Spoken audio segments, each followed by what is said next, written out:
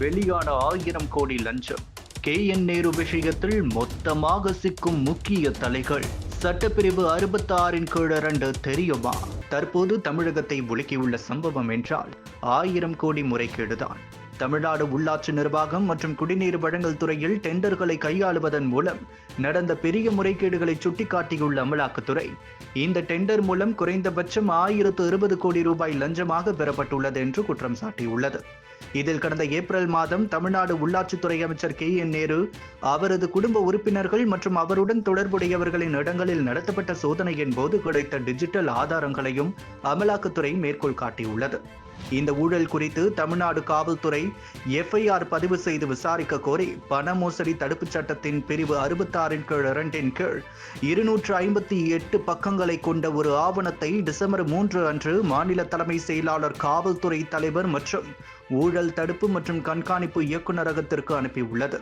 இது பண மோசடி தடுப்பு சட்டத்தின் கீழ் விசாரணையை துவங்க இது உதவும் என்று அந்த கடிதத்தில் தெரிவித்துள்ளது.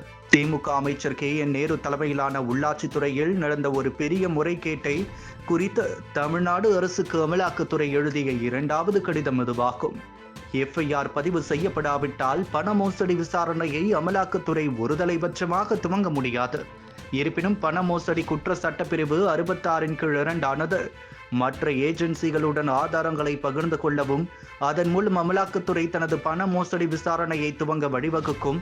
இதன் மூலம் அடிப்படை குற்றங்களின் கீழ் FIR பதிவு செய்யுமாறு அவர்களை வலியுறுத்தவும் வழி செய்தது.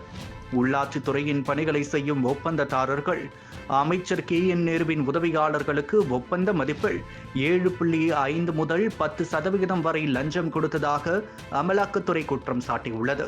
ரெய்டின் போது நேருவின் உதவியாளர்களின் தொலைபேசிகளிலிருந்து கைப்பற்றப்பட்ட வாட்ஸ்அப் உரையாடல்களை அமலாக்கத்துறை சுட்டிக்காட்டியுள்ளது. உள்ளாட்சியில் ஒப்பந்ததாரர்களிடமிருந்து கட்சி நிதி என்ற பெயரில் லஞ்சம் வசூலிக்கப்பட்டதாகவும் அமலாக்கத்துறை குற்றம் சாட்டியுள்ளது. அமைச்சரின் உதவியாளர்களின் தொலைபேசிகளிலிருந்து கைப்பற்றப்பட்டதாக கூறப்படும் செய்திகள், உரையாடல்கள் அல்லது கணக்கீட்டு தாள்களின் அடிப்படையில் 1020 கோடி ரூபாய் மொத்த லஞ்ச பணம் நேரடியாக பரிமாற்றம் செய்யப்பட்டதற்கு ஆதாரமாக அமலாக்கத்துறை பல குறிப்பிட்ட நிகழ்வுகளை குறிப்பிட்டுள்ளது.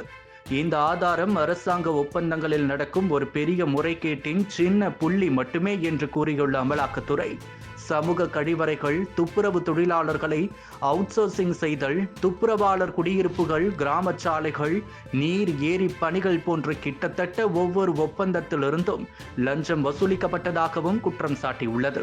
அது மட்டுமில்லாமல் நேருவின் சகோதரர் KN ரவிச்சந்திரன் உரிமையாளராக உள்ள ட்ரூ வேல்யூ ஹோம்ஸ் சம்பந்தப்பட்ட CBI வங்கி மோசடி தொடர்பான பண மோசடி வழக்கை விசாரிக்கும் போது ஏப்ரல் மாதம் நேரு மற்றும் அவரது உதவியாளர்கள் மீதான சோதனையின் போது டிஜிட்டல் சாதனங்களில் இந்த ஆதாரங்களை அமலாக்கத்துறை கண்டறிந்ததாக தெரிவித்துள்ளது. மேலும் இதில் பல அரசியல்வாதிகளின் பெயர்களும் இடம்பெற்றுள்ளதாக தகவல்கள் தெரிவிக்கின்றன. ரியல் எஸ்டேட் துறையும் இதில் இருக்கிறதாம். கடந்த 4.5 ஆண்டுகளில் திமுக அரசு திறமையாக செயல்பட்ட ஒரே துறை வசூல், கமிஷன் மற்றும் ஊழல் துறை மட்டுமே என அண்ணாமலை விமர்சித்துள்ளார். மேலும் அமலாக்கத்துறையின் கடிதத்தை இழுத்தடிக்காமல் ஊழல் குறித்து உடனடியாக வழக்கு பதிவு செய்ய வேண்டும் என முதலமைச்சர் ஸ்டாலினுக்கு அண்ணாமலை வலியுறுத்தியுள்ளார்.